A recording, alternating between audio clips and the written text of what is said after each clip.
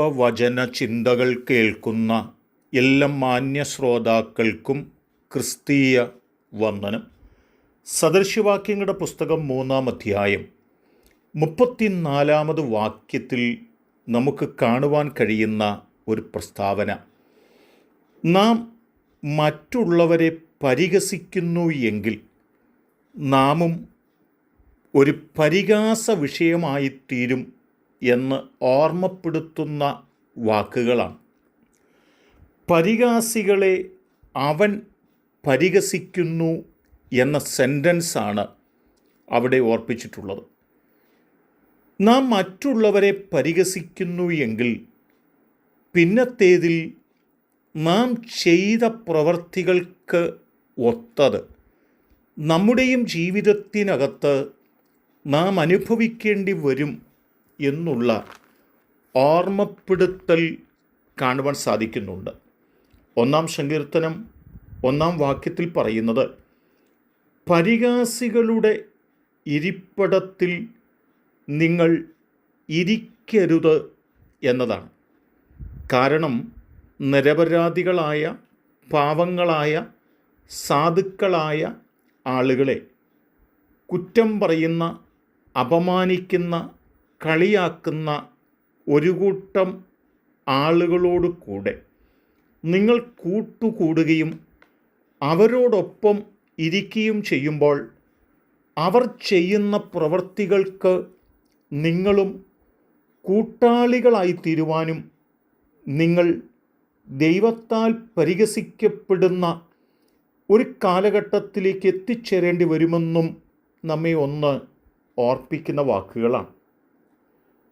ഉൽപ്പത്തി പുസ്തകം 42-ാം അധ്യായത്തിൽ വരുമ്പോൾ സഹോദരന്മാരെ തേടി കടന്നു പോകുന്നതായി യോസേപ്പ് ദൂരെ നിന്ന് യോസേപ്പ് വരുന്നത് കണ്ടിട്ട് സഹോദരന്മാർ അവനെ പരിഹസിക്കുവാൻ, അപമാനിക്കുവാൻ ഇടയായിത്തീർന്നു. നോക്കൂ, സ്വപ്നക്കാരൻ വരുന്നത് കണ്ടോ എന്നൊക്കെ ചോദിച്ച് പരിഹസിക്കുകയാണ്.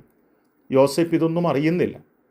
അരികിൽ ചെല്ലുമ്പോൾ തൻ്റെ അങ്കി ഊരിയെടുത്ത് പൊട്ടക്കിണറ്റിൽ തന്നെ തള്ളുകയും ഇശ്മായേലി കച്ചവടക്കാർക്ക് തന്നെ വിൽക്കുകയും ചെയ്യുമ്പോൾ അവൻ സഹോദരന്മാരോട് അരുതേ എന്ന് കെഞ്ചി പറഞ്ഞുവെങ്കിലും അവരത് കൂട്ടാക്കിയില്ല. അവനെ ഇശ്മായേലി കച്ചവടക്കാർക്ക് വില പേശി വിറ്റുകളഞ്ഞു എന്നുള്ളതാണ്. എന്നാൽ അതേ സാഹചര്യത്തിലൂടെ യോസേപ്പിൻ്റെ സഹോദരന്മാർ കടന്നു പോകുന്ന ഒരു പശ്ചാത്തലത്തെക്കുറിച്ചാണ് 42-ാം അധ്യായം 21-ാം വാക്യത്തിൽ രേഖപ്പെടുത്തുന്നത്.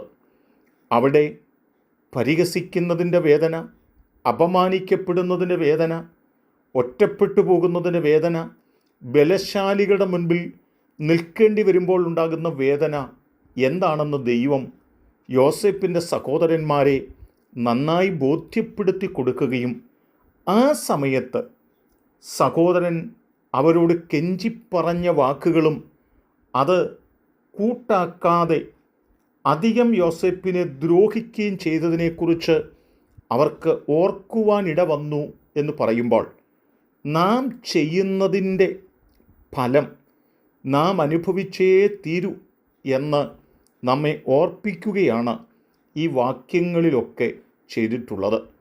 ആയതുകൊണ്ട് തന്നെയാണ് ജ്ഞാനിയായ ശലോമോൻ പറയുന്നത്, ഞാനും നിങ്ങളും മറ്റുള്ളവരെ പരിഹസിച്ചിട്ട് നാം തന്നെ ഒരു പരിഹാസ വിഷയം ആയിത്തീരാതിരിക്കുന്നതാണ് നിങ്ങൾക്ക് നല്ലതെന്നും, അതുകൊണ്ട് ആരോഗ്യമില്ലാത്തവരെ, പണമില്ലാത്തവരെ, വിദ്യാഭ്യാസമില്ലാത്തവരെ, പേരും പ്രസിദ്ധിയുമില്ലാത്തവരെ ഒന്നും, ഒരു നിലവാരത്തിലുമുള്ളവരെ നാം പരിഹസിക്കരുതെന്നും, അങ്ങനെ നാം ചെയ്യുന്നുവെങ്കിൽ നാളുകളിൽ നാമും പരിഹാസ വിഷയങ്ങളായിത്തീരുമെന്ന് തിരിച്ചറിഞ്ഞുകൊണ്ട് നാം മറ്റുള്ളവരെ പരിഹസിക്കാതെ മറ്റുള്ളവരെ സ്നേഹിക്കുന്നവരാകാം.